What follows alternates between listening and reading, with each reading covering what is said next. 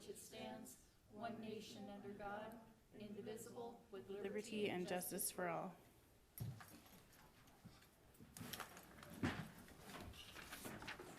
Okay, our first order of business is to approve the minutes from the last Parks Commission meeting on April 19th. Oh, I'm sorry. I jumped ahead because there's a large block of text. I guess we'll do roll call first. Commissioner Lawrence, Commissioner Riggs, Here. Commissioner Bunker, Here. Commissioner O'Reilly. Here. And then we'll do public comments. I do have 2 public speaker cards. I have one for Carol Anderson and then Michelle Kahn. Sorry, ladies, I didn't mean to jump ahead of you. Oh, it's okay. I'm Carol Anderson from the greater Oroville area, and I spend a lot of time in city parks, especially Centennial Park, and I would just like to know what it would take to get that drinking fountain working. That's all I want to know. I would love to have a working drinking fountain in At the park. Centennial Park? Yes. That's it. Thank you. Thank you. Wade, is there a reason that you know of that the drinking fountain's not working at Centennial Park?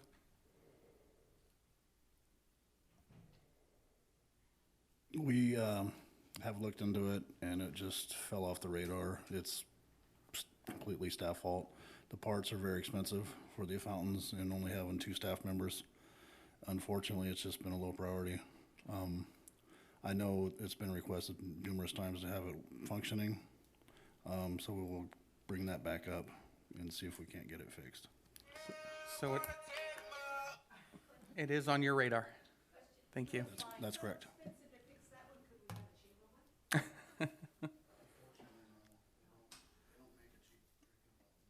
So it's on the radar. Thank you. Hi, Michelle Kahn, and I'm lead docent for the Docent Association, and that's what I'm here for. There's not a liaison on the commission at this point for that, so I'm your face of the Docent Association. So you're going to see me every once in a while. So I wanted to make a couple comments. First of all, the newsletter, which you should have a copy of. I've been doing the newsletter, and it kind of gives you an idea of what's going on within the organization. Some of the things we do, some of the things we need, et cetera, et cetera. Some of the things have been addressed since this newsletter has gone out. I also want to tell you that we are working with Feather River Rec and Park District and their summer camp program, and we've been giving talks at their summer camp about the museums, inviting those students to come and visit us. So that's one project we are at. And mainly, and we also would like to arrange a tour. We think that the last docent meeting that we had, the lead docent meeting, there was some discussion about recognizing the individuals who are doing the docenting. And they feel somewhat neglected. City staff helps them do as much as they can and are helping with repairs and so on. But the boards and the city council and so on and so forth, they feel like they need more. You need to recognize what's actually going on within the museums. So we would like to somehow arrange a tour of the museums and get you and also city council to come and visit us and have a discussion with, talk to us and see who we are and what we do and get a better understanding of the needs. And then the main thing, since we've lost our curator several years ago, and we lost staff, and we had people who have, the staff has been cut down to a mere skeleton crew and so on and so forth. We used to have a better communication between the city and the docents because there were people there who acted as liaisons between us, and we don't have that anymore. So I'm looking to see if there is a way to find some staff there's staff that are assigned different pieces and parts, but we don't have a central person in who we can talk to and make sure that, send information to on different things like a session process and all these other aspects of it. We can talk to the staff to fix something, but we don't have that one person. So I would like to see if there's a way that we can get some funding some way, somebody part-time position, somebody does it part-time, whatever, but there's a person or a position that's established in the city again, because it used to exist, where we could have, the line of communication, build it back up. And I think that's it. Thank Do you have any Michelle. questions about the docents? I'd like to say I did send out an email not long ago regarding tours of the museums, and there are some that I have not been in, and I've grown up here all my life. So I appreciate your guys' stepping out to reach a hand. I look forward to seeing all the museums. So please let me know. I'm excited. Okay. And you know how many we have? Can you name them? Ooh, I can had see this a number number. of them. Oh, okay, let's see. The Pioneer Museum, the Chinese Temple, the Lot Home, Bolt's Tool Museum, Nature Center. The Nature Center. Bathhouse. And I guess that's one other point. When you talk about the Nature Center, there was a lot of discussion also about the safety and the cleanliness of the Nature Center. And there's some concern. Anyway, then we need to have a discussion about the Nature Center at some point. Right. And try to figure some things out, because there's homelessness and some of the things that are happening down there pretty regularly, aren't they, Wade? Just constantly stuff going on. So, but we'll do that at another time when we have it on an agenda. Thank you. Awesome. Thank you, Michelle. Is that all for speakers? That is the last speaker I have for public comment. Thank you. So then we move forward to our first item, which is approving the minutes of the April 9th meeting. We're looking for a motion to approve. So moved. Second. Voting is open. Oh, these are not the right names. Oops. It's because the meeting's backed up. I will work on that. Okay. So all those in favor? Aye. Any opposed? Motion carries. Great. Our next item is the selection of a chair and vice chair. I'm currently filling in the role of a chair for this meeting out of sheer luck. However, it is something that I would be happy to continue to do if you would have me. I move we accept Christy as the chairman. Thank you. Second. And then do we do a vice chair at that same time, or is it two different motions? You can do them both at the same time if you would Alright. like. Is anybody interested in being the vice chair? You're gonna be here, right? Yeah, I don't go places. Okay, then I'll do it. All right. Am I allowed to motion? I didn't catch the motion and the second. So I will make the motion. I motion that we appoint Chrissy as chair and Sherry as vice chair. And do I second that motion too, or how does that work? Someone else has to. All those in favor? Aye. Any opposed? Motion carries. Our next item is a presentation on the Park Watch program.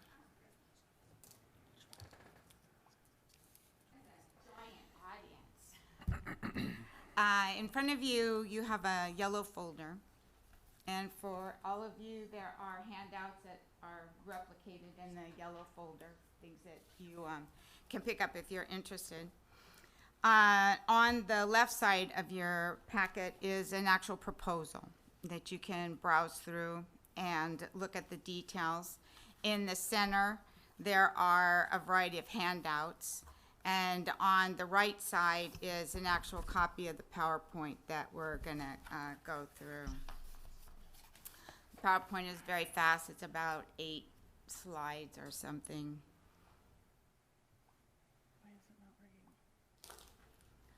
While this is coming up, let me just explain what Park Watch is. Oh, there it is. Park Watch was originally established by a group of volunteers, and it was after there had been a tragic incident at Folsom Lake. And as it turned out,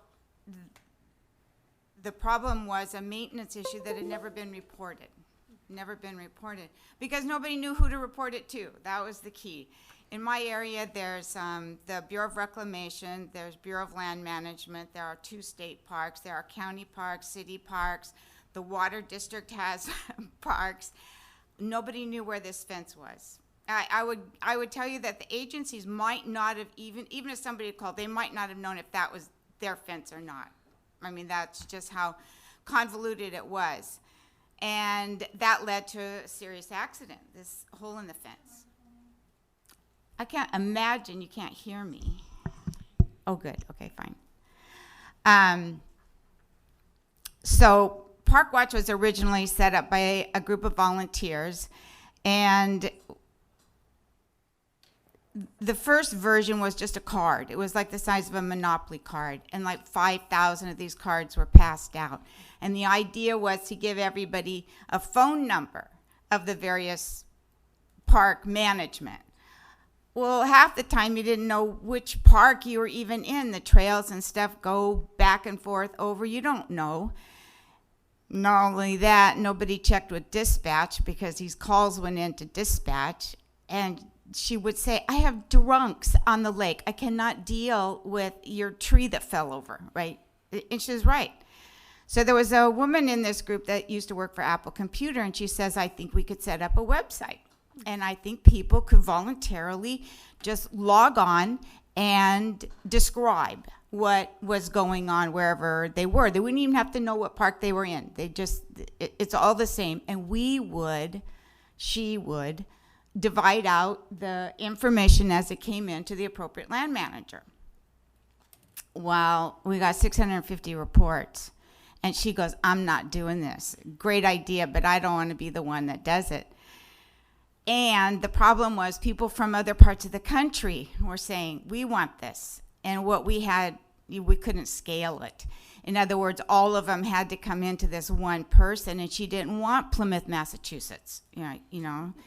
So in 2014, I purchased the development rights from this group of volunteers and took what they had learned between 2008 and 2014 and tore the whole thing apart and hired a new programmer.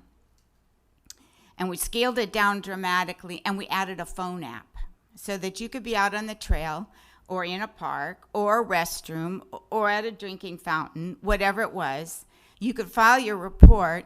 It logged your GPS location so that if this goes to maintenance, there's a photo of the drinking fountain, there's the GPS location marked on the map, and there's a description of what's being reported along with the contact information. So if you had questions about, well, when did that happen or whatever, you have the person's email that you can contact and ask your questions.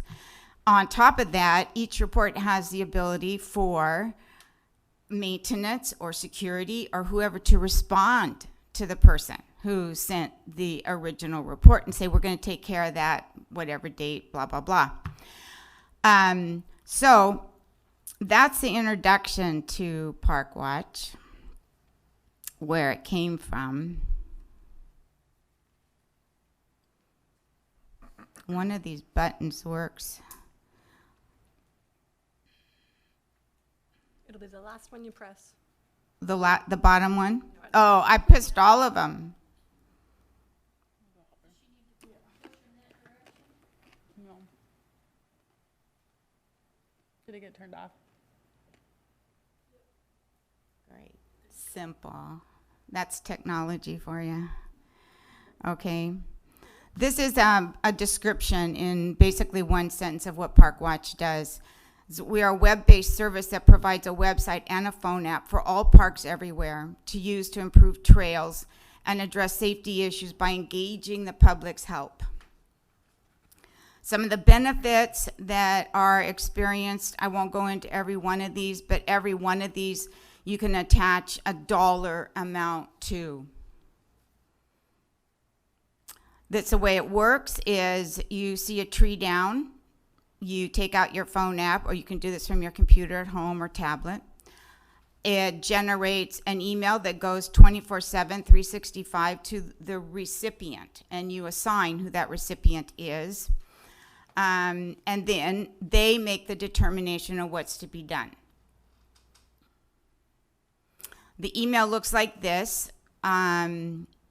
The superintendent at the Folsom State Park gets these at dinner time, and without hardly looking up, he can move that email to the appropriate person on his staff. And I have seen trees down as common reported at noon, and at 12:10, the maintenance department is on its way out.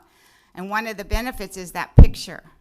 An experienced person can look at the size of a hole in the fence or the damage done to a drinking fountain and knows these are the parts we need, these are the people that can do it, might be what it costs, and all of those things, and they never left their chair. That compared to the park superintendents and rangers who had to hike out. They had to find the big tree by the little rock, and they had 16,000 acres of big trees with little rocks. And then they had to hike back and then make their job report. How much crew, how much equipment, when could they do it? They can do it without ever leaving their desk. And it's part of a permanent record. All of the reports go into a log. The log can be exported to Excel and then sorted. I'll give you a quick story. The superintendent at Folsom got irritated because every Saturday morning at 9 o'clock, dogs off leash, he was barraged. He has a lot more important things to deal with. So at 8:30 on Saturday morning, he goes out there. It was the same GPS location, same parking lot, et cetera. So he was there at 8:30, and at 9 o'clock, sure enough, there's 4 or 5 SUVs pulled in, and the ladies got out and opened the back of the SUVs, and a horde of dogs flew off all by themselves down the trail. And the lady stood there and talked. It was like he had the opportunity to be preemptive. Ladies, go get your dogs. I counted 12. See that you come back with 12. And then we'll talk about what's going to happen if you do this again. Now, that was a good application of his time. He could not afford to sit there and wait for dogs off leash. But if he had advance notice of something that was happening repetitively, he has the opportunity to step in. That's one of the big savings. If the city of Oroville were to decide to manage their parks from Park Watch Report, the Feather River Park District, this is their homepage. Your homepage would look very much the same. You have a map. It has points of interest on it, which can be absolutely anything you want. It could be drinking fountains. It could also be restrooms. It could be individual park locations or trailheads or whatever you want. And the public has access to this at no charge. You also, if you look at the tabs across the top, the second tab says about Feather River Rec and Park. That's where we talk about, how you were established and things like that. And then last tab is alerts and events.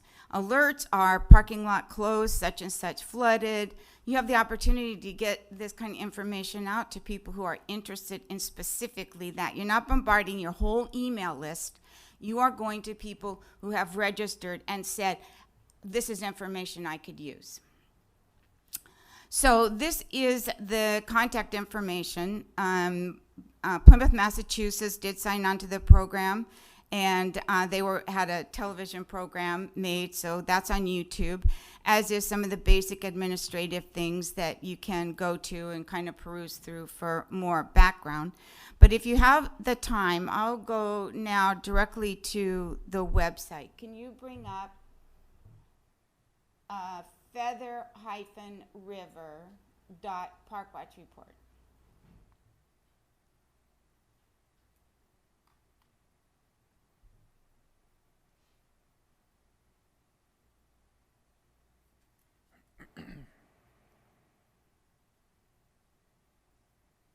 Make sure you have a hyphen, feather-river.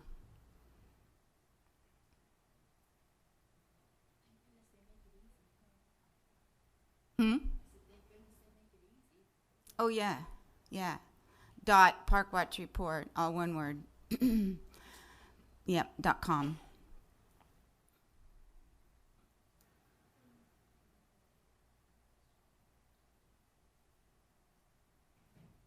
Okay, so see, this is the page that we were just looking at. Let's see. I was going to show you the back end, but I have to sign on to do that. Well, if the administrative people have a fourth tab up there that says admin, and that works almost identical to Facebook. It is very, very simple to change any of the information on this site. Let's see. I think I better sign on.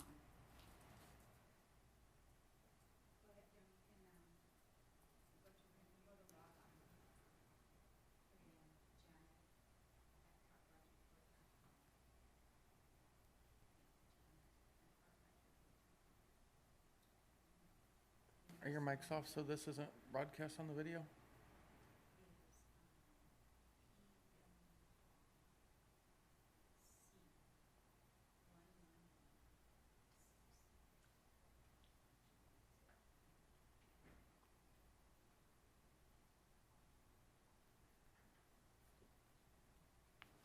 This is important. If you go up to admin and come down to the section that says reports, scroll down to that, click, and then scroll down. This is the log that comes in and what it looks like. Each time an email is received, it goes here. Do you see the eyeball? Go to the eyeball. Up under action and then off, yeah, right there, okay. This is a particular report that came in, and you'll see how handy. Did you click on it? Okay. Do you see the pictures are turned sideways, but there's the size of the tree in those two photographs, and then you have a complete description with an individual identification number for that report. And if you'll see where it says thank you, that was from Scott Thompson, who is the maintenance person at Feather River. He got this report, and he is saying, we're going to take care of it. And the person who sent the report got that message. So they know when it's on the schedule. And then if you scroll down just a little bit more, keep going. All right, see the dot? That's where the tree is, the exact location of the tree. And then scroll down. And this was sent in by Kent, and there's the contact information in case Scott had a question about that particular report. And that's very much it. Now you can export all of that information along with the tasks. You can assign tasks to it, like the drinking fountain or something, so it stays on the radar, like you said. And you can track follow through and things like that. Let's see, is there any questions I can answer? I think you've created a really great product, and I'm really impressed with all of the things that this does. Well, as a side note, we are, the city of Chico also uses it. And so I have handouts on how easy the app is to download and use. And we're also using it as a fundraiser for Most Famous Dog. Yes, Most Famous Dog, yeah. So this is a way of getting the information out to people who aren't familiar with Park Watch and make it fun. And we put pictures up, and then they take their dogs to those landmarks inside the park. So we want people to go into the park. Well, while they're there, we also want them to be observant and report anything that they see, from a trash can to a restroom lock to fences or whatever it is that they find there. And then a report is generated. But in the meantime, they're taking a photo of their dog at these landmarks, and then whoever gets all 12 will be Most Famous Dog, Feather River Most Famous Dog. Is there a trophy? I haven't decided. Maybe a crown, don't you think? I think a crown, yeah.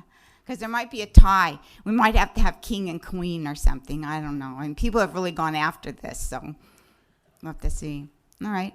So how is your website and your program and the app, how's that funded? You purchase it. Okay. So if the city was interested in utilizing, oh, there's a proposal. Where was this at? In your yellow On the left packet. side of the Oh, yellow thing. well, that Yeah. answers that question. All And then, all the services, I mean, everything is attached to that along. so that is a separate website. So that's not that can be placed on the city website as well, I'm sure. A link, that's what Chico and others do. They have a little link right on their front page. And sometimes it's, the thing they're most interested in is file a report. So they put that little button on their home page. Yeah. Okay, and then the email that's generated can be forwarded, and anybody who it's forwarded to can open it. Close.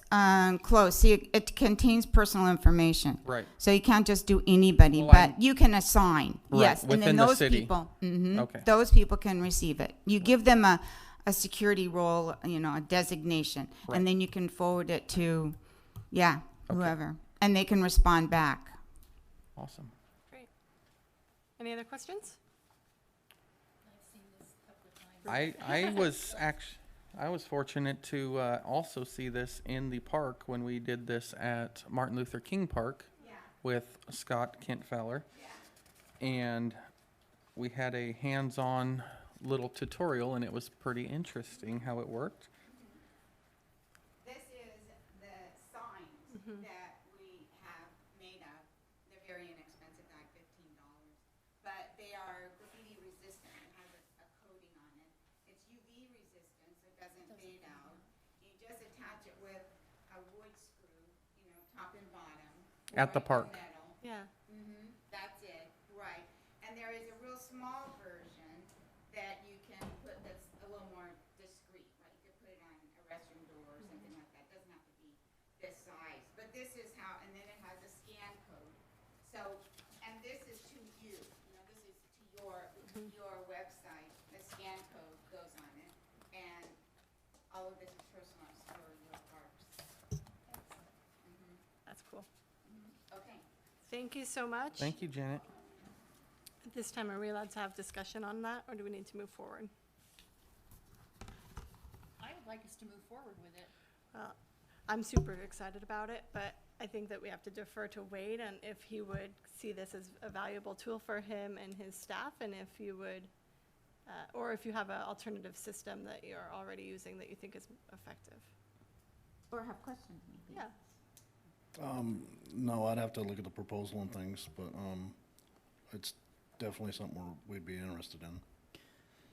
I think that just looking at the price, it's around $3,000 for the initial setup and $480 for continued setup. I feel that that can be found. Well, I was thinking, one of the things I was thinking is maybe with the service organizations, having them adopt a month Right. and pay the $40 a month. Yeah, I was thinking if we can't find that in the budget, I will find that Yeah. among people. Yeah. Right, fundraisers, You're right. something. Like, I will knock on doors. Famous dog, I know. So would you like us to have it as a potential action item on the next agenda? Yes, Which is please. in August? Okay. If you'd like me to come back, you have other people here and you want me to, address it firsthand, I'm more than happy to.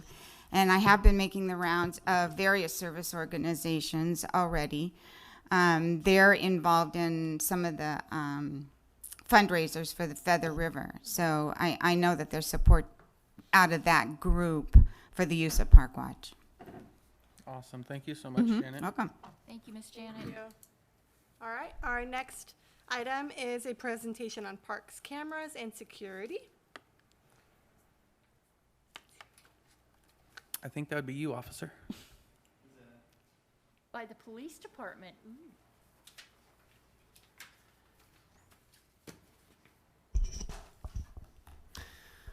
Well, this is exciting because I wasn't told there'd be a presentation. I was told just if there's any questions. Oh, So I don't know if there's. so our questions that arose at last meeting. Yeah, we've got questions. We've got questions. We'll help you along. So the questions great. are, there are a few or more. One of the questions that arose were the cameras in the parks. Are they being utilized? How are they being utilized? Are they viewable by the public? How often are they monitored? And all of those kind of questions for the cameras in the parks. So cameras in the parks, obviously, our security systems right now are retroactive. If something happens and we can review footage later. Some of the cameras are kind of in and out. I know some of our city cameras at our intersections, we will use them if a traffic accident happens, and we'll go back and review footage later. And we have our footage that can be reviewed. our camera systems, they are set up in our dispatch, and we do have we have a screen in our dispatch center that has cameras. Off the top of my head, the ones right now that I looked at and this morning today was Rotary Park, and I believe Hewitt Park was up today on the screen, and we can view them from there. But majority of the time, if something happens, we can go back and review footage later. That's generally how they're viewed right now. Okay, now I remember when these cameras were going to be added in, when this first came up, it was actually made a pretty big deal in the media and by the chief and the people who were involved in getting the cameras, that they would be viewable by the public. Do you know if that has happened? I do not. Okay. Do you know who we might talk to about that I don't know or ask? if Wade might have more information. It might be our IT person. I know Tyson's aware of the camera system, or it might be our chief of police. That might Okay. have that information. Like I said, I know we have them viewable in our dispatch center, and When I did a ride along, I got to go into dispatch and I seen the monitors on the wall next to the dispatcher. So they are definitely on. I know that much. But so when the poles that the cameras are on, when these people, such as I think it's Hewitt Park, when they go in and they start cutting the wires down at the bottom of the poles in the outlet areas, are those affecting the cameras too? If they're on, then apparently not. I thought they would be, because they've cut every wire that they can find, including irrigation. But apparently they were still working.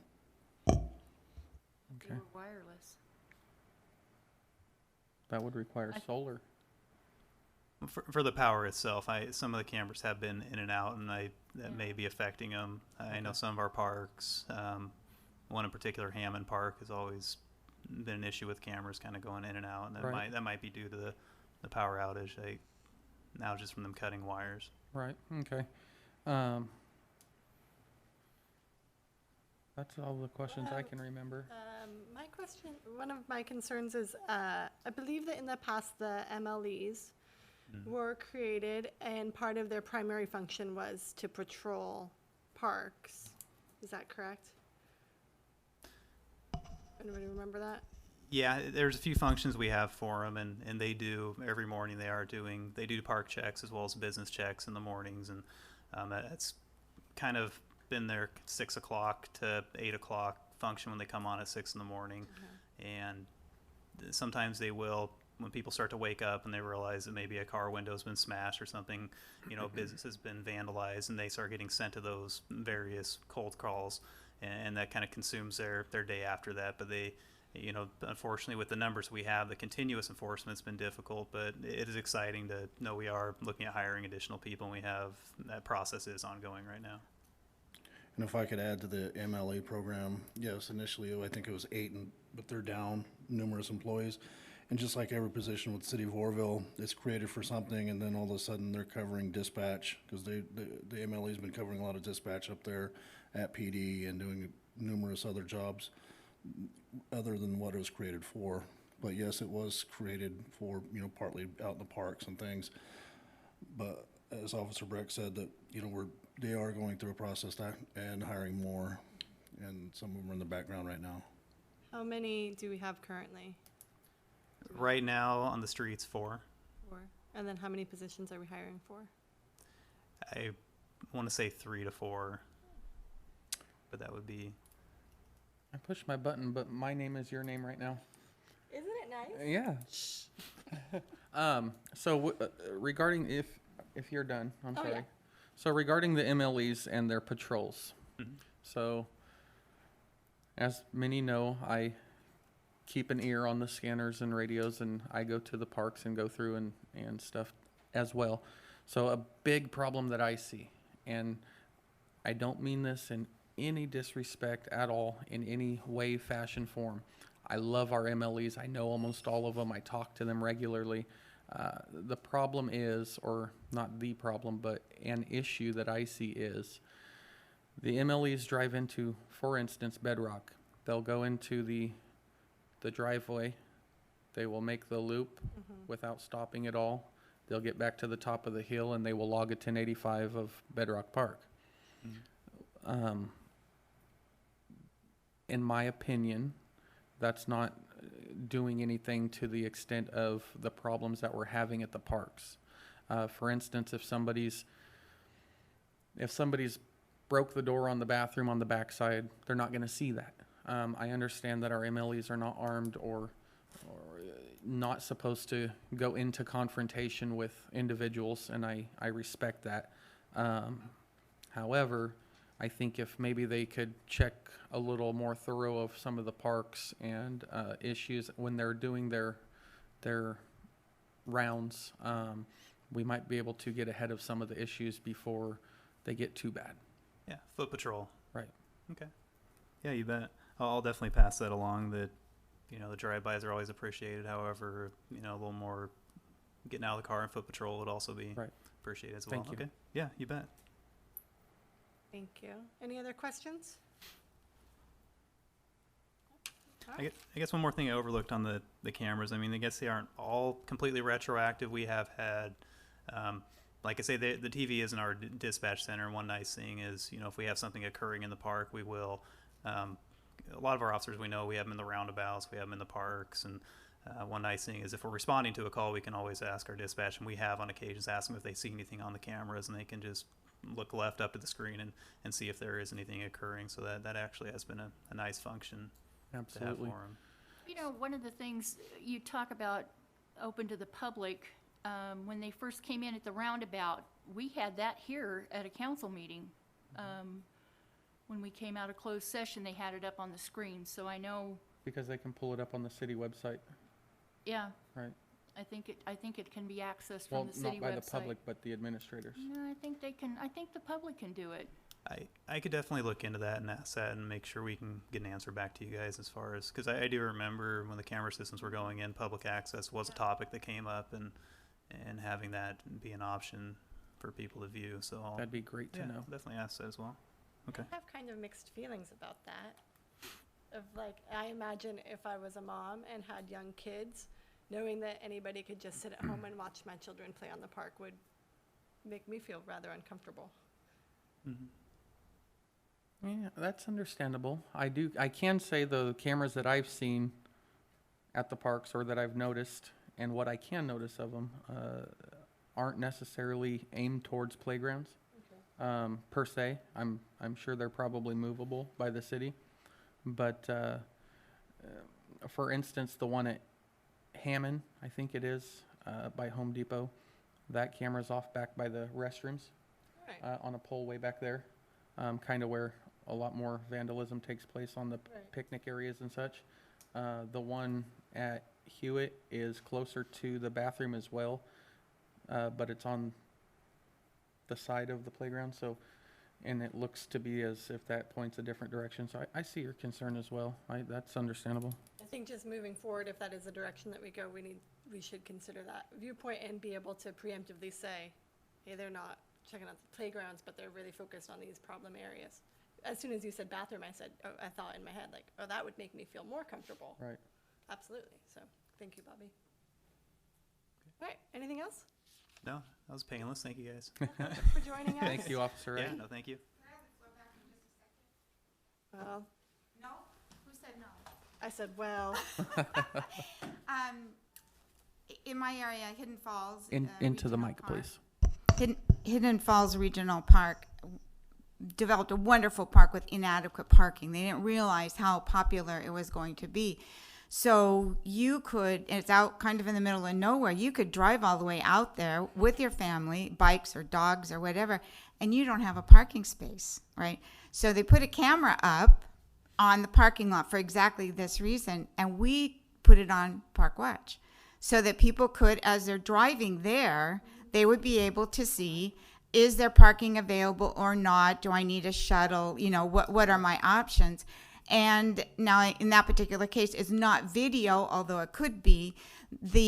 What we put up is what the county puts up. So we're taking it from them. And they do an update like every 6 minutes. They're doing still shots. And so we're putting at the same time it up on Park Watch. That makes it come up on the app. So just for your thought to consideration. Great, It thank you. can be weaved together. Awesome. Yeah.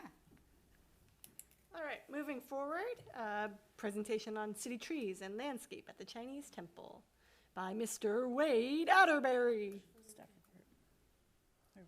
I do gotta say, I have drove by the Chinese temple and that looks great. I specifically drove by yesterday in anticipation. I went by from the last meeting until day before yesterday when I seen this come up on the agenda. I've been driving by Checking. I'm like, where is it? So, good evening, Park Commission, Wade Atterbury, Parks and Trees Supervisor. I was asked to give an update on the city trees we maintain and maybe a little background on them. So the first presentation I have is PowerPoint on the city trees and a little bit of information where we're currently at with the city trees.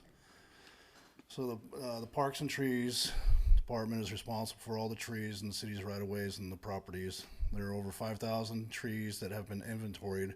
There are an estimated 6,000 to 7,000 trees that are within the city right-of-ways that have not been inventoried.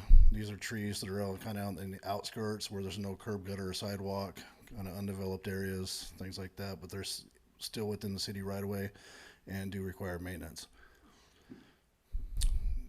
Trees provide many benefits for the city. Unfortunately, it can also cause problems and liabilities. Some of the liabilities include falling limbs, split out trees, and the tree roots raising sidewalks. Recently, the city has had more requests for trims than ever, and in the last year or so, the city has had more claims due to damages caused by trees and trips on raised sidewalks than ever before that I can remember. I've been here 19 years, and this is as bad as I've seen it with the city trees and the problems we're facing. In 2012, the tree crew was up and running with 2 qualified tree workers. That year, almost 1,500 trees were trimmed, 112 removed, and 60 trees were planted. We also had 6 employees working back then, and we had a little less responsibility than we have now. We didn't have municipal auditoriums, the Southside Annexation, Bedrock Park, and a few other areas that we maintain. So we were able to keep a tree crew running almost year-round.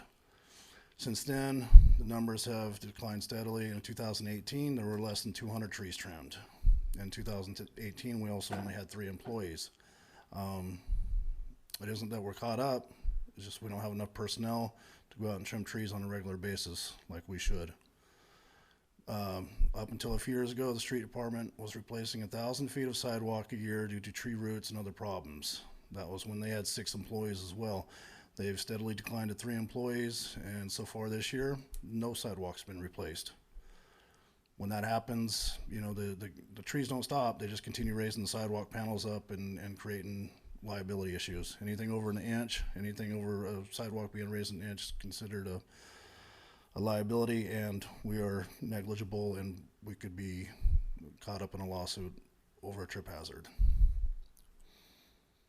There's good news on the horizon, though. Through the Measure U money, we're looking to add employees in both the Parks and Trees Department and the Street Department.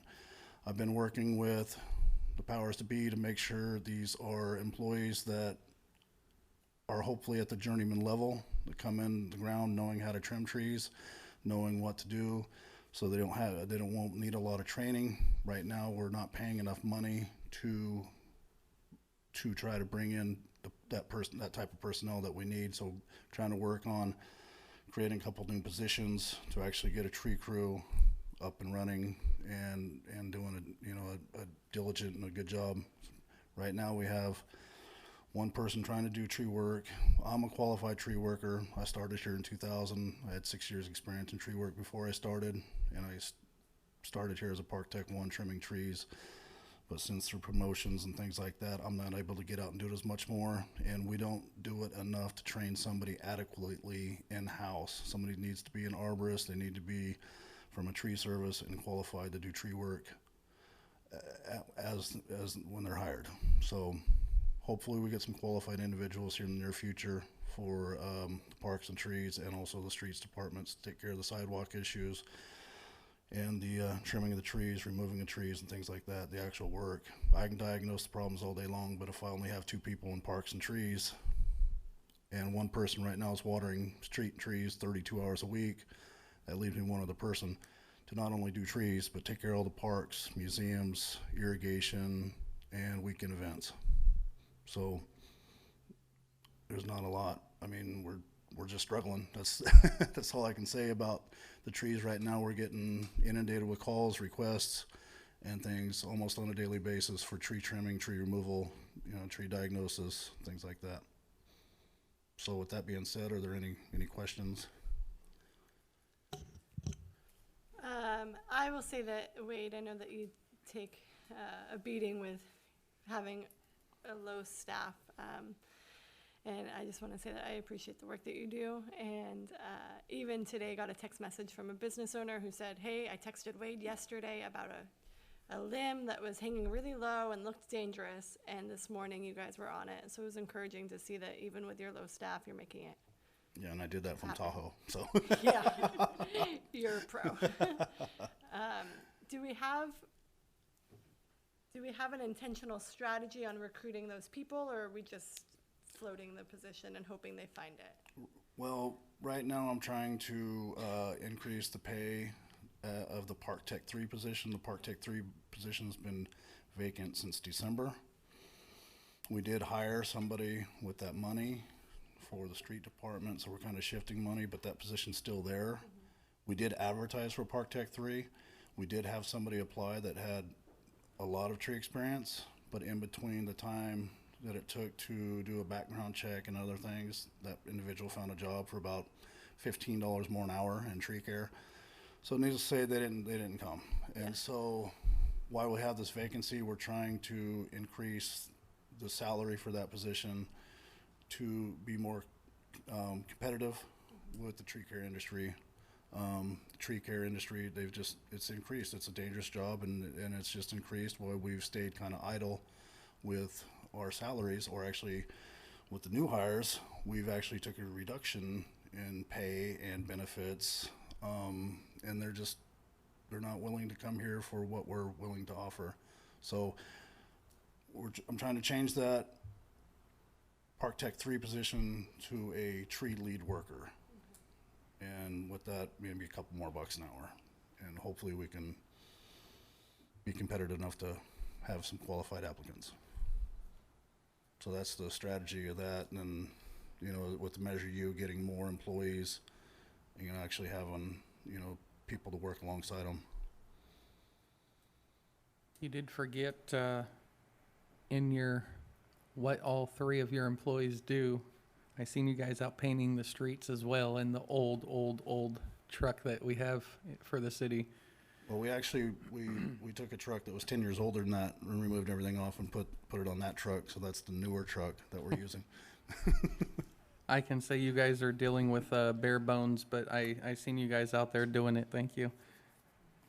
Sorry, are you done?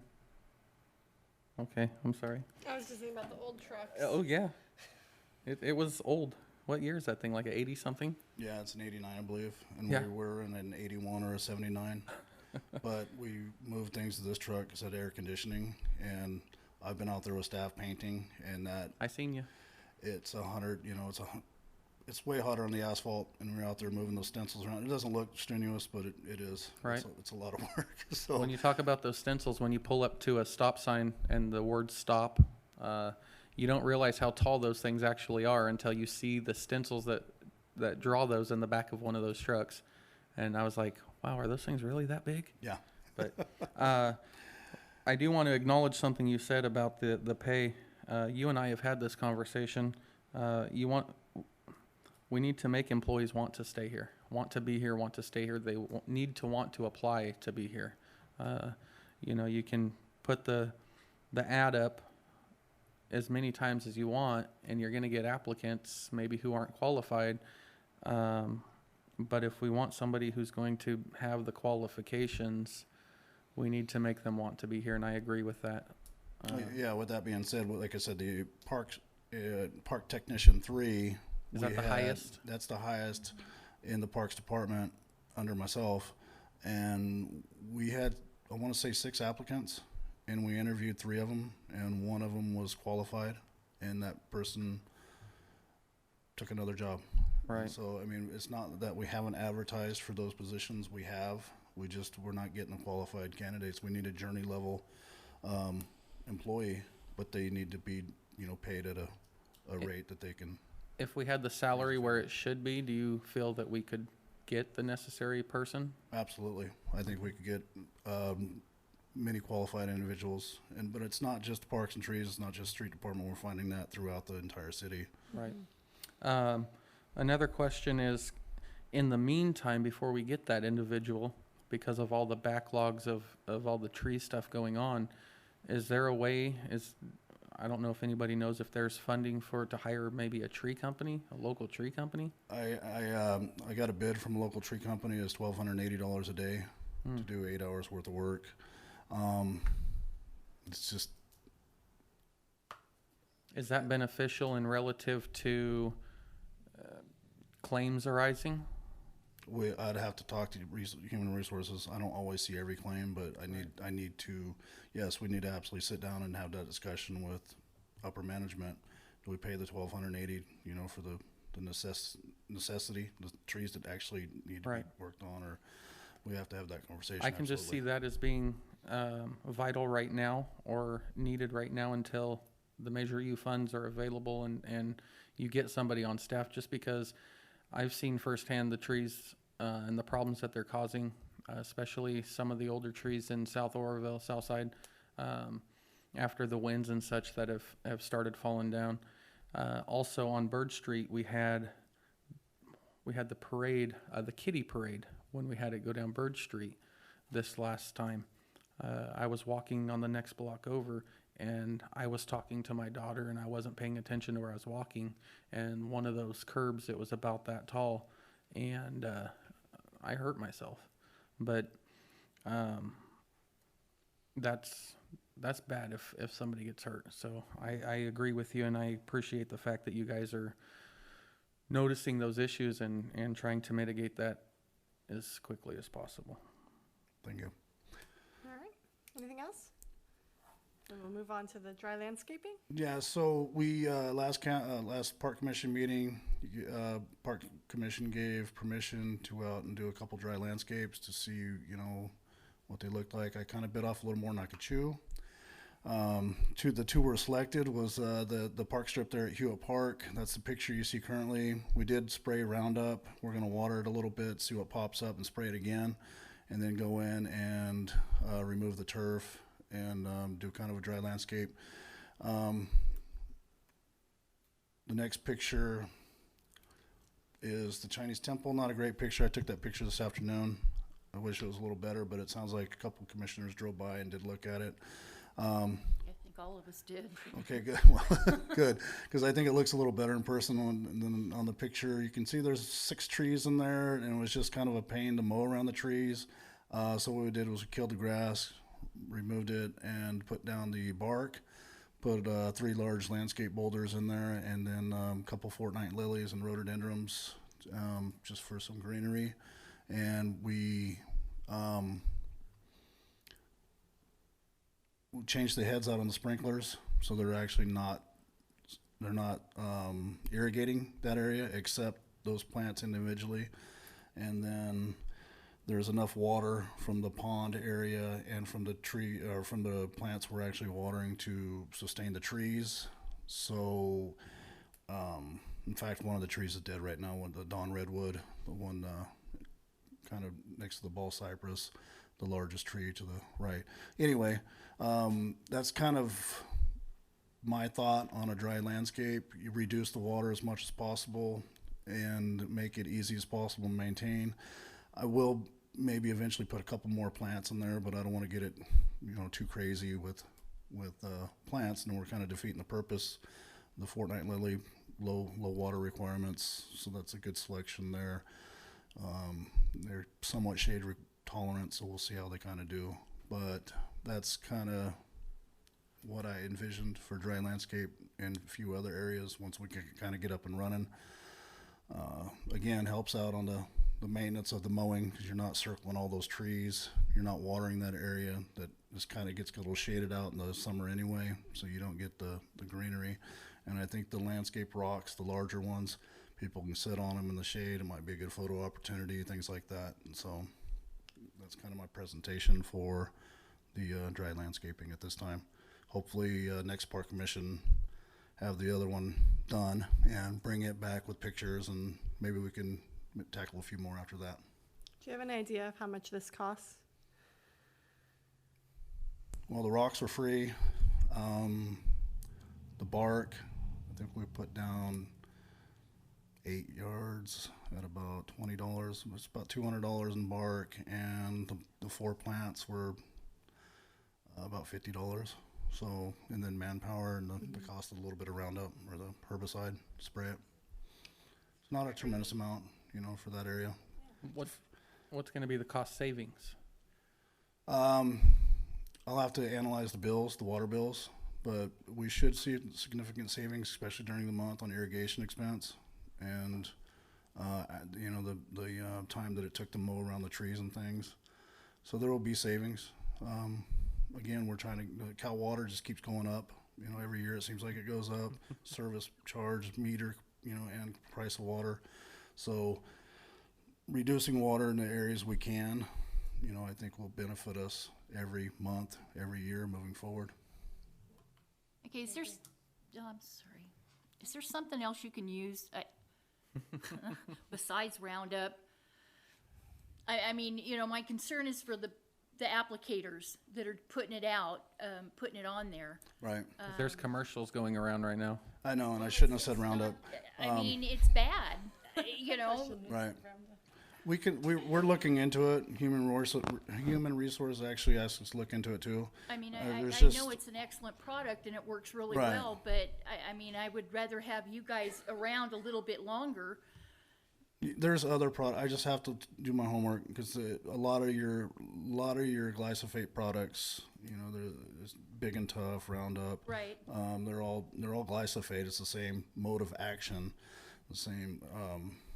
But I can definitely look into some alternatives and do some price comparison. Especially in the parks, I think is Right. when you have kids there too. But like I said, mostly for the person putting it on. Mm-hmm.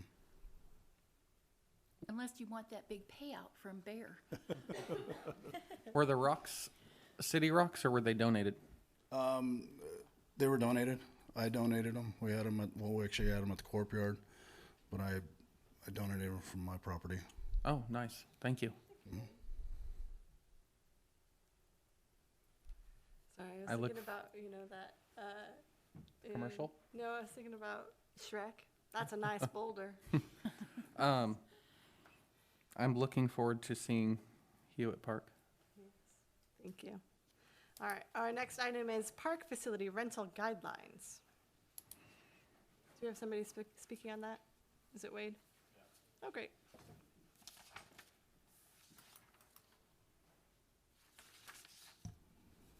So good evening. For discussion is kind of a policy on the park and facility rentals. Currently, as it stands right now, you can rent Hammond Park tomorrow at 6 a.m. if you'd like. Well, maybe not now, but at 4:30 tonight you could have. I'm just looking for, you know, some guidelines for my city staff to give them notice on weekend rentals and things, because now that we've got the municipal auditorium, the CCC building, Sank Park, Hammond Park, Rotary Park, you can rent all those, and sometimes all 5 of those are rented on a Saturday. For instance, for example, this Saturday, I have the municipal auditorium rented from 8 a.m. to 1 a.m. the next morning. And then we have, you know, Hammond Park rented once or twice on Saturday. We got Rotary Park rented. You throw in like Sank Park and the CCC on top of that, plus opening and closing the museums, the Chinese Temple and Pioneer, and Lot Home if it's not rented. It's just, it becomes a really hectic day for staff on weekends. And if, for example, if the municipal auditorium got rented Wednesday and you thought you were working 8 to 5 on Saturday, and now all of a sudden Wednesday it got rented, and now you got to work from 8 a.m. to 10 at night or something like that, you kind of have to change your whole plans. And so before you, I'm asking for 5 working days for the parks, the simpler ones, Hammond and Rotary, and 10 days for the larger park, Sank Park, Municipal Auditorium, and the CCC. In advance? 10, yes, in advance. And that means paid for completely, because sometimes they'll come in, reserve it, they won't pay their deposit. Sometimes we won't see the green slip. We won't even know there's a reservation till a couple days before, because they don't have all their paperwork in, or they don't have their deposit in. So it doesn't get issued to me or my city staff at that until everything's paid. So, and then also park rentals. Currently, you can rent the park.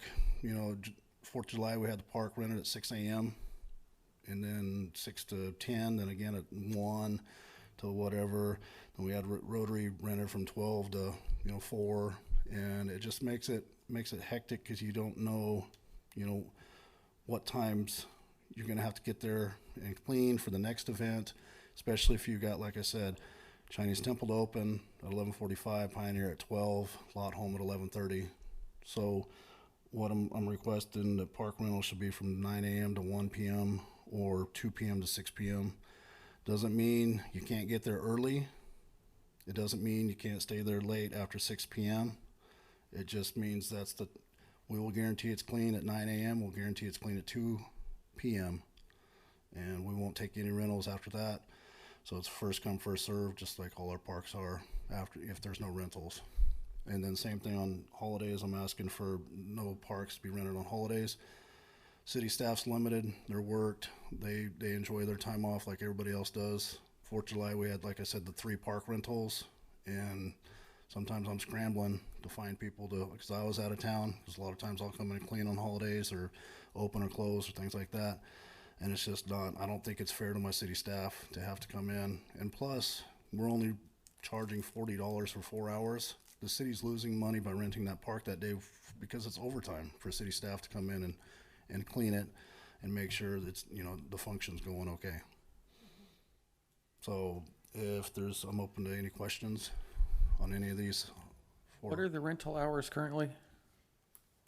It's dusk to dawn, or dawn to dusk. So Yes. if I was to go into City Hall right now and rent the Rotary Park for tomorrow, if that was earlier in the day, if I was to go in there and rent it for tomorrow, I'd have it all day.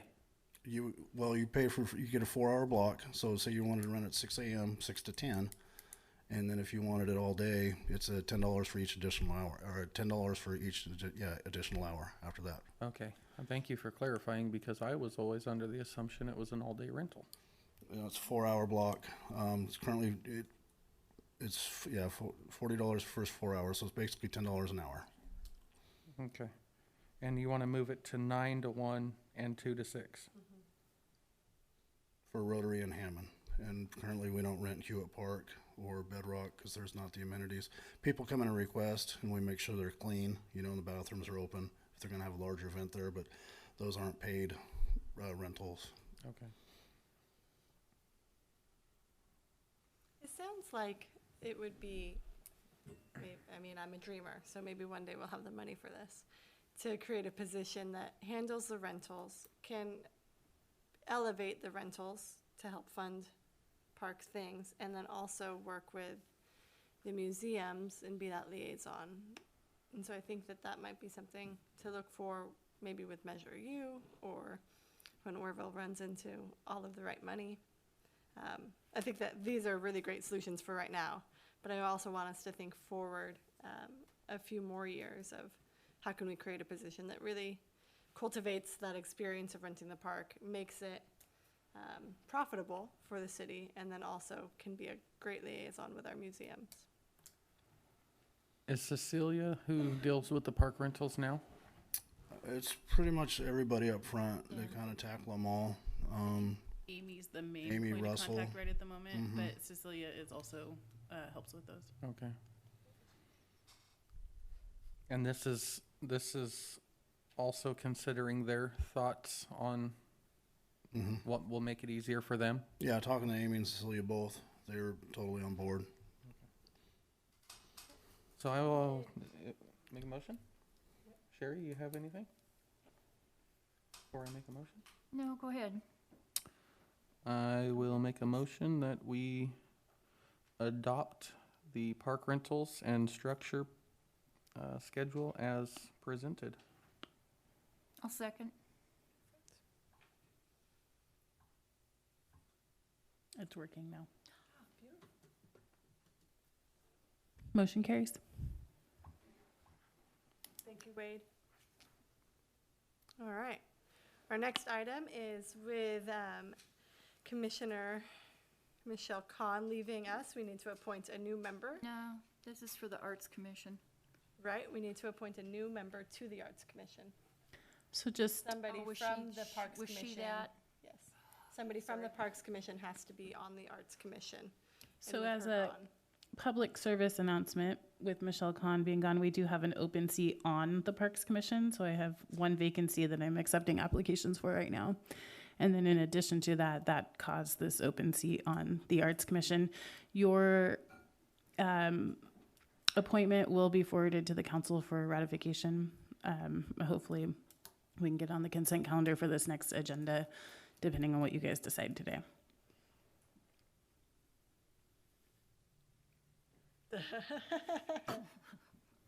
One of the three of us. I would, And they meet when? Right before Right us? before us. I'd regret to take on the position with as much as I have going on.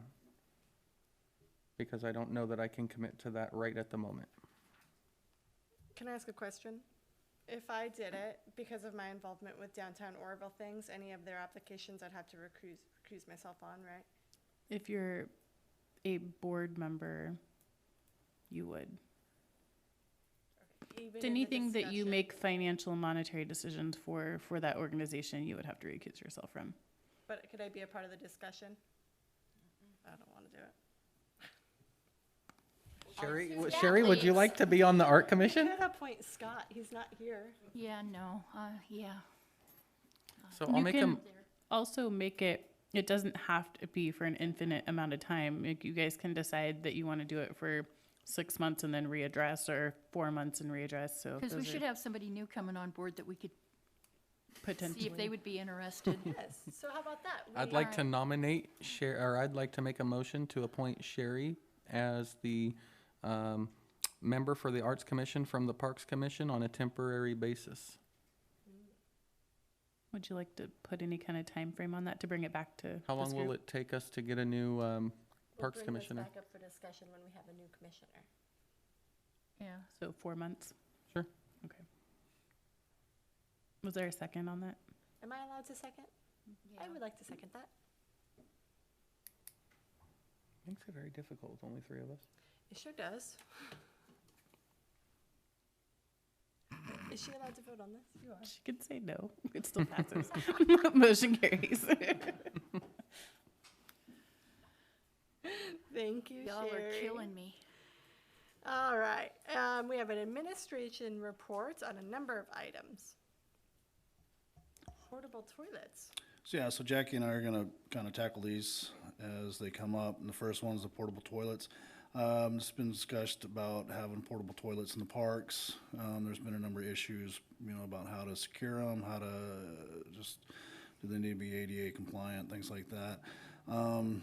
Talking to Scott Thompson over at Feather River Recs and Parks District, they have the 10 toilets at Playtown USA, and I was talking to him about them. He said currently it's $4,500 a month to service them. They get serviced 4 times a week. They've had moderate vandalism to them, getting tipped over, things like that. But he also said they're in a very public place with a lot of activity at Playtown with football, with baseball, softball, a lot of events and things, a lot of park activity. So him and I both agreed that being at Bedrock Park or other places where they're kind of out of sight, there would be a lot more vandalism and damage. I don't know that we need 10 of them, but at $4,500 a month, getting service 4 days a week, that's a big chunk of money for portable toilets. My feeling is with Measure U, with hiring new employees in the Parks Department and hiring more MLEs, we could get our park bathrooms back open again working with the MLEs, working with Ron Belser and getting them to the MLEs to close them in the evenings, closing the bathrooms in the evenings, and we'd open them in the mornings. We had that going for a while. It worked out very well. It really cut down on the vandalism, and we were able to keep the park restrooms open during the day. So that's kind of my report. If you want me to continue and try to find locations and get a hard price for them, I can. If you want to give me direction on what parks or facilities you're looking for them at. But my feeling is, with the Measure U money, I think this problem's going to work itself out in the very near future. I'd like to ex-nay the portable restroom idea. Yeah, Thank you, Wade. I will say, I want to add to this that in my discussions with Michelle Kahn earlier this week, we talked about there being a serious concern regarding the restrooms at the nature center and around the bathhouse, and that because that's a pretty isolated location, if somebody has to go, they're choosing to just go, and that's occurring around the bathhouse and creating quite the situation for our docents down there. And I would feel very discouraged as a volunteer to show up for my duty and have to deal with duty.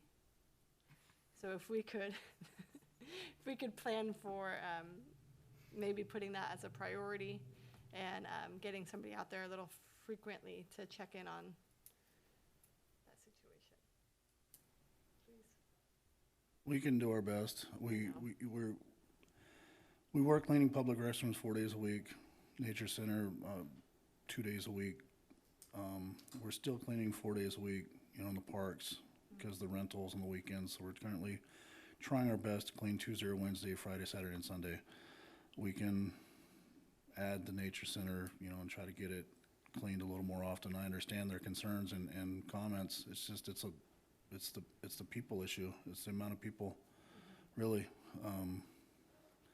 But again, we had to turn the water off down there because of the vandalism, because they were breaking our irrigation system. They're cutting phone lines. They're doing all kinds of damage down there, especially when the Nature Center was closed for so long. And when it was closed, yes, unfortunately, it was kind of out of sight, out of mind. Now that it's back open, we've had volunteer groups down there. The city crews have worked with volunteers, weed eating and cleaning and painting and things. And we'll try to get that scheduled a little more often, at least every Friday or something like that, and then as time allows on weekends, get down there on weekends and check it, because, we can clean them and literally 10 minutes later, they're thrashed again. Thank you, Wade. Next item was a tree ordinance.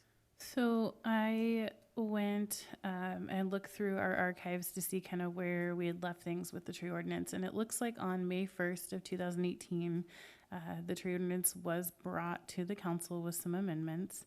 And the council's final decision was they concurred to direct staff to bring back a tree preservation ordinance that is less burdensome on the property owners and that focuses more on preservation of heritage trees. And I can tell you, just because I have been on here now a year since then, that just with the staff shortage, we have not had time to even look at it again. But it looks like it was overly cumbersome and they were trying to scale back a little bit on it. From there, I have also gone on to our Muni code and our municipal code, and I've looked through, and there are already several places in our code that protects our trees, has tree preservation.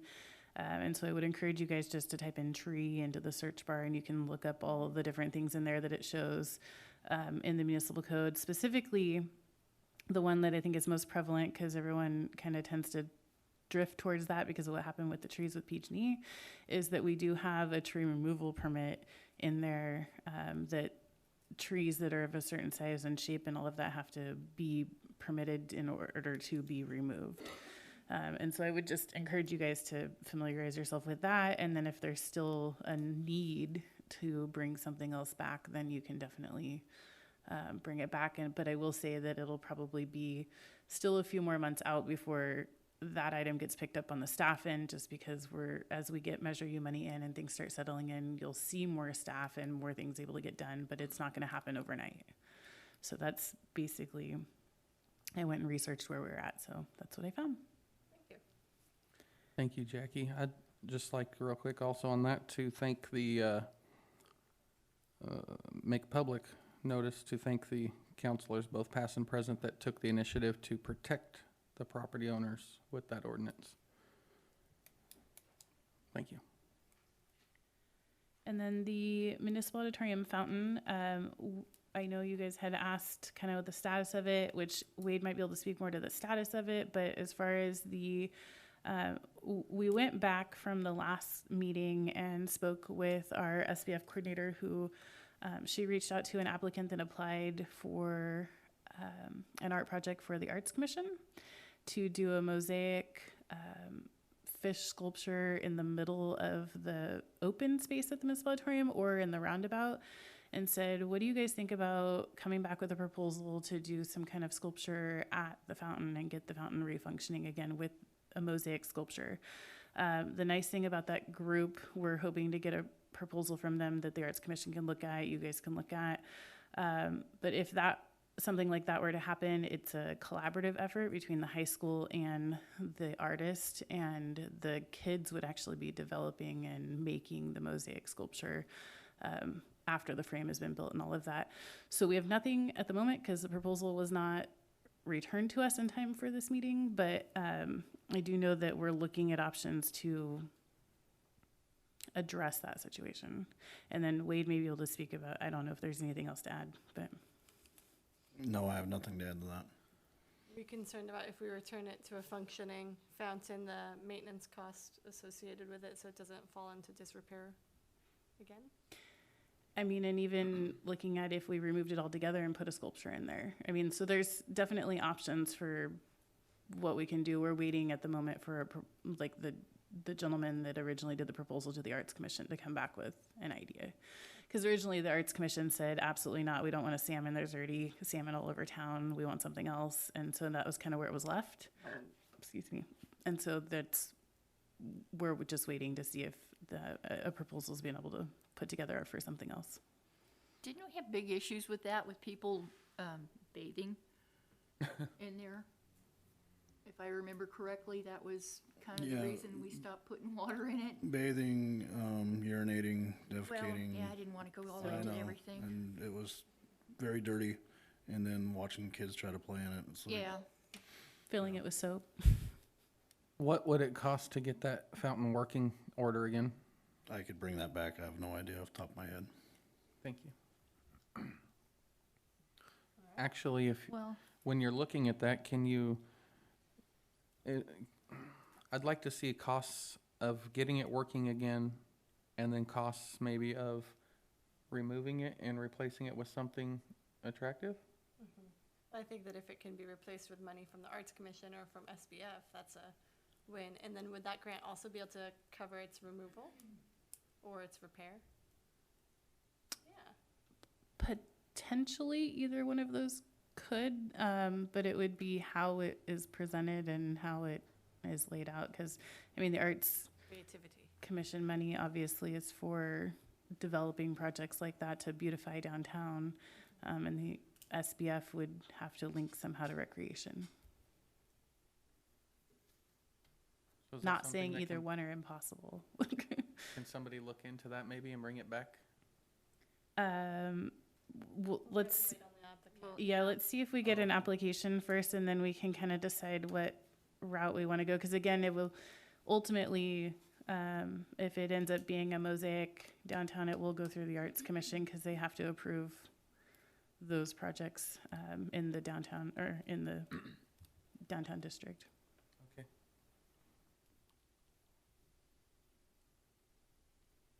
All right, our next item was the Historical Foundation.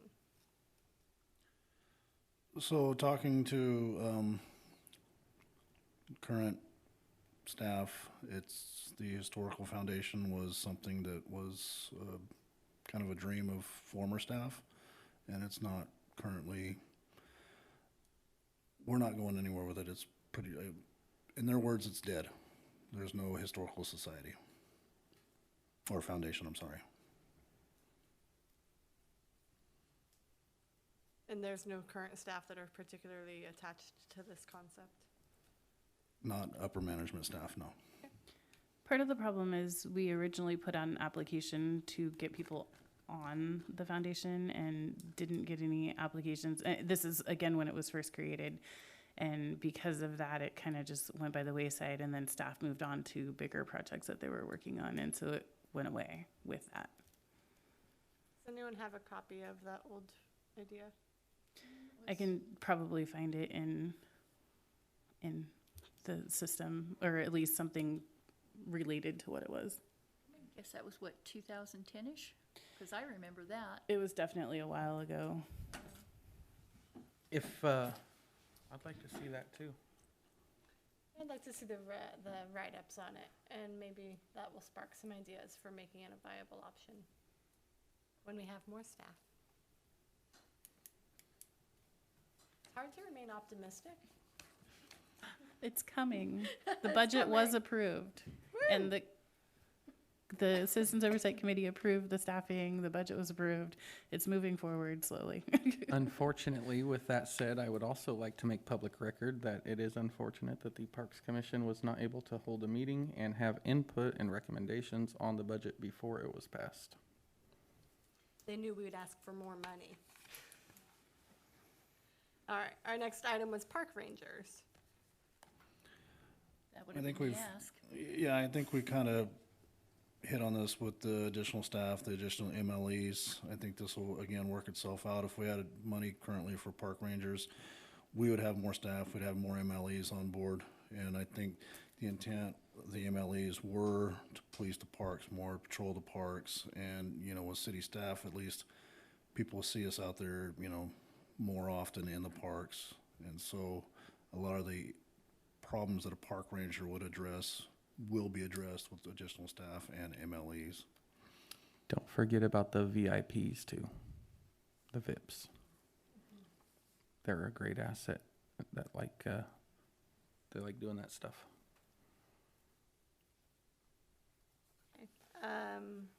Earlier, it was brought to our attention about the drinking fountains. I'd like for that to be added on to this item. I know that on 4th of July, I took my dogs for a walk, and we walked by several parks to try to redirect water down to my poor sweaty dog, and we were unsuccessful everywhere. So I do think it is important, especially with our summer heat. All right, moving forward to commissioners' reports. Bobby and I were supposed to meet about Adopt a Park program, and unfortunately we were unable to meet.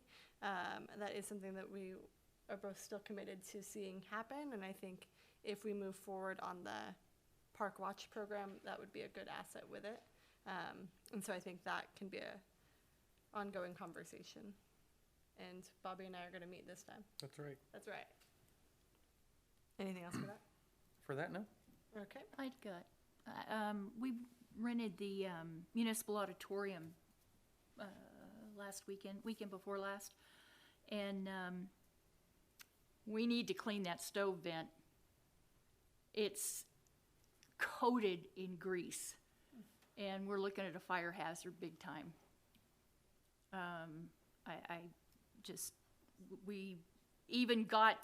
We went and got our own stuff, our hot dog roller, and you know, we didn't even use the stove except for a couple of times because it scared me. I went to clean the drain pipe off, and the grease just was bad. Okay. And you need a can under the drain pipe because it was dripping out on the floor. And it was not clean because I had to clean when I went in.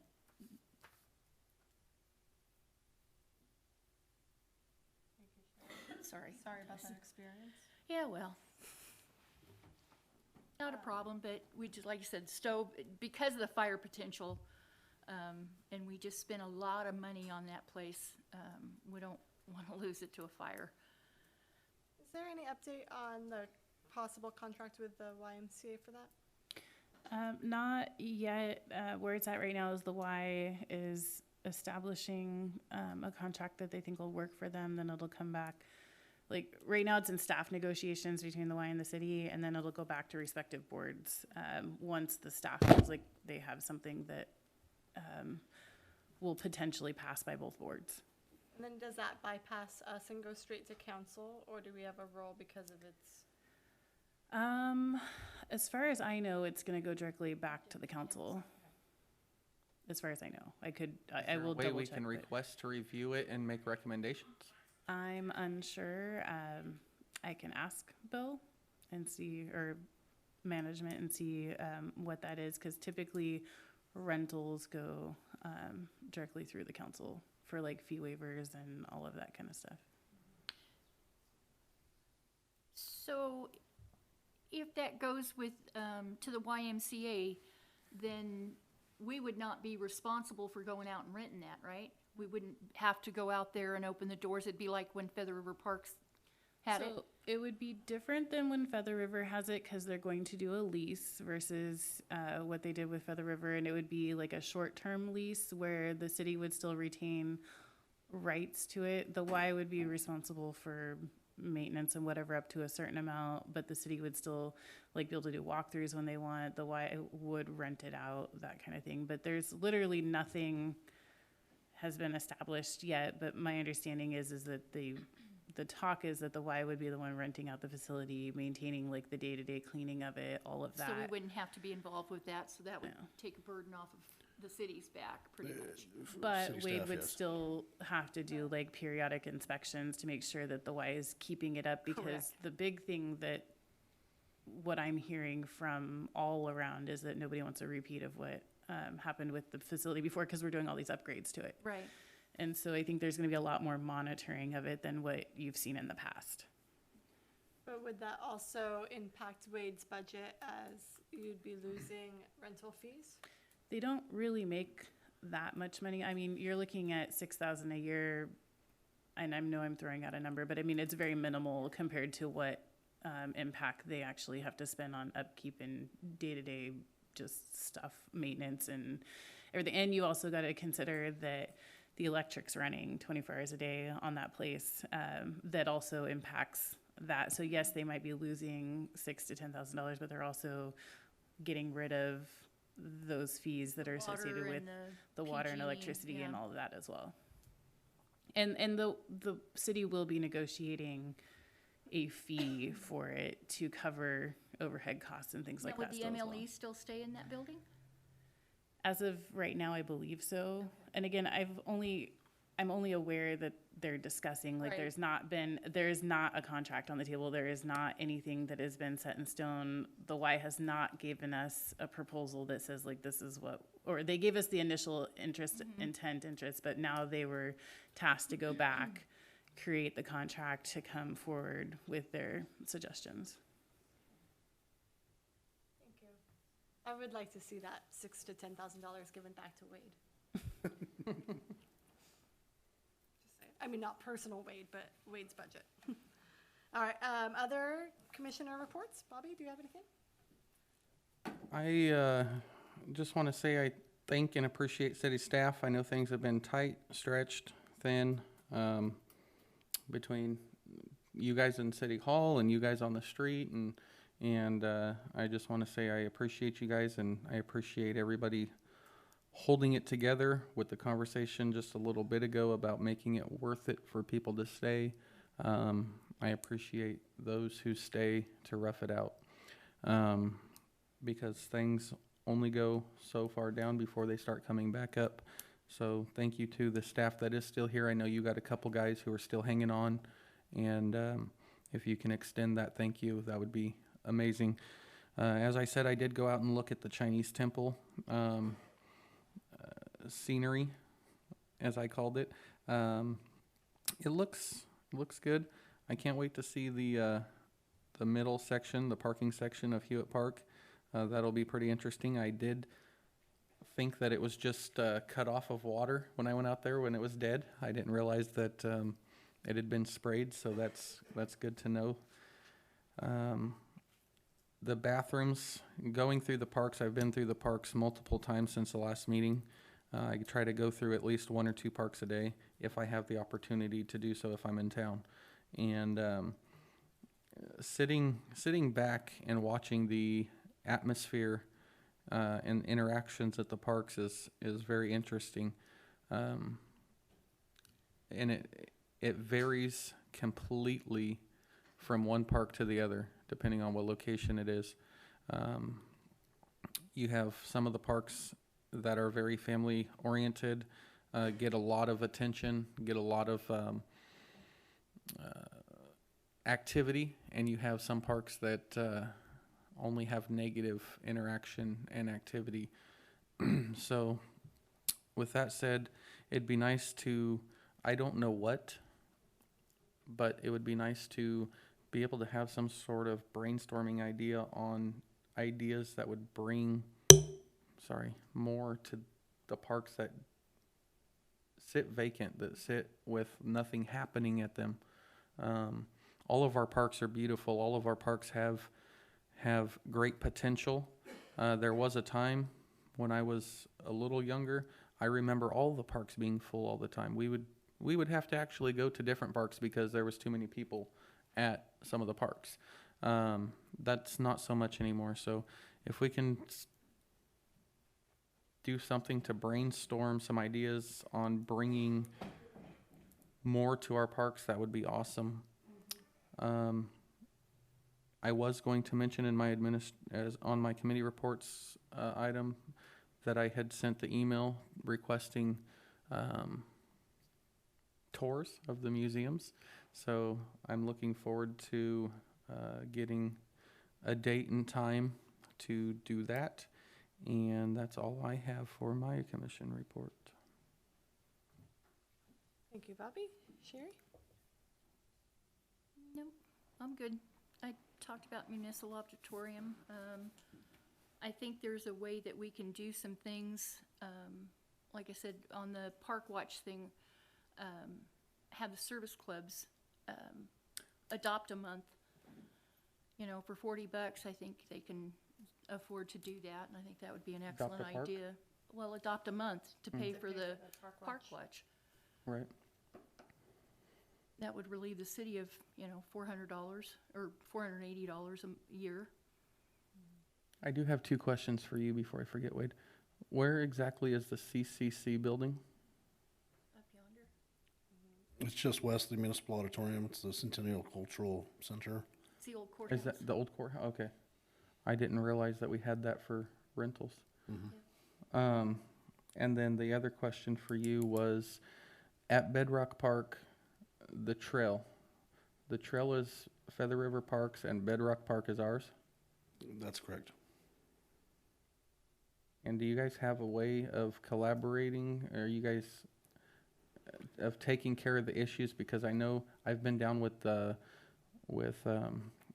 Belser and Dave Goyer, code enforcement, and all those guys doing cleanups off the side of the trails.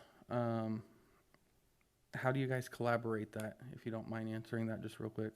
The park manager, Scott Thompson, we usually just text each other or call each other when there's an issue. And Scott realizes our staffing situation. So a lot of times Scott will just say, hey, I'll just, I'll grab it. Or, because they do have a more adequate staff than we do currently. Okay. And they're from point A to point B on that trail, correct? Correct. Okay, thank you. Jackie? If we have a supplemental benefit fund, let's say the city parks wanted to put in a request for that, does that have to come through city staff or could it come through this commission? So I'm not sure. I know that docent staff commission report was supposed to be Sherry and Michelle going to talk to Jordan. Jordan would be the best person All right, I'll leave Miller. Thank to you. talk to. Glad the word docent was mentioned. I do want to thank all the docents again, and I will thank all the docents every meeting for all their hard work at the places that they do their work at.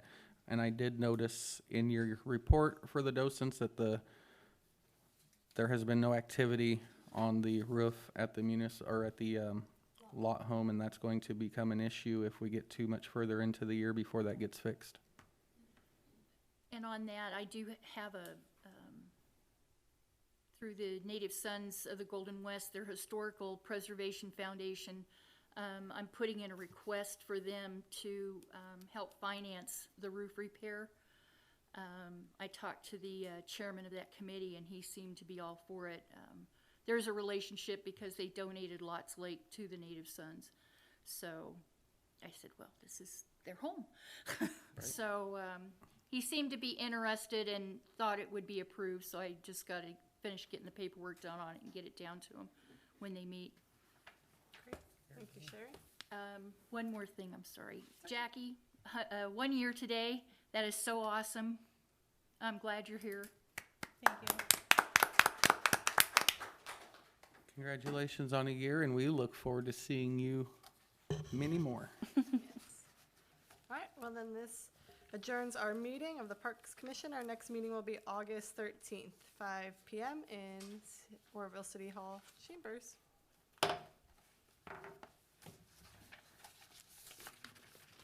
had a lot of Post-it notes for this one. When are they doing the construction or whatever in here? It will start the day after the council meeting. Okay. What are they doing?